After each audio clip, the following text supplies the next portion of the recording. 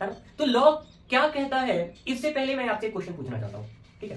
Question कुछ ये है, एक सीन मैं क्रिएट कर रहा हूं कि इधर से एक कार आ रही है, ठीक है ना, यहां से एक कार आ रही है और ये और इधर से एक मच्छर आ रहा है करता हुआ, ठीक है। और कार का जो स्क्रीन है उससे आके ये मच्छर टकरा जाता है और ये मच्छर मर जाता है, ठीक है, ये मच्छर मर जाता है।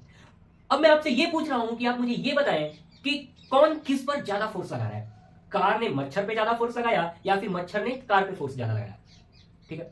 सोचिए और जवाब दीजिए।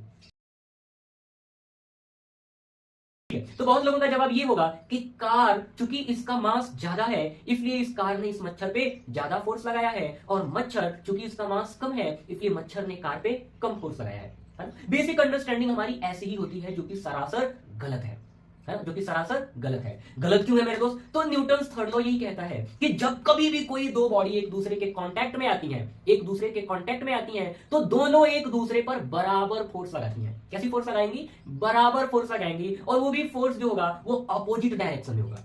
समझ लो, अगर ये कार ने मच्छर पे इस डायरेक्शन में फोर्स लगाया है तो ये मच्छर इस कार पे इस डायरेक्शन में फोर्स लगाएगा, जो कि बराबर होगा मैग्नीट्यूड में, ठीक है। तो मैग्नीट्यूड में फोर्स बराबर होगा लेकिन डायरेक्शन में अपोजिट होगा। क्या ये समझ आ रहा है आपको? अब आपके मन में ये क्वेश्चन होगा, अच्छा तो ये मच्छर मर कैसे गया? अब मच्छर का मरना एक अलग केस है। मच्छर हो सकता है कि उतना फोर्स नहीं बेयर कर पाया, ये भी हो सकता है कि कार के लिए इतना कम फोर्स था कि कार को कुछ नहीं हुआ, ठीक है। तो कभी भी फोर्स ज्यादा है कि कम है हम उसके इंपैक्ट से डिसाइड नहीं करेंगे, है ना। रिजल्ट क्या हो रहा है उस फोर्स लगाने से, उससे डिसाइड नहीं करेंगे कि फोर्स ज्यादा है कि कम है।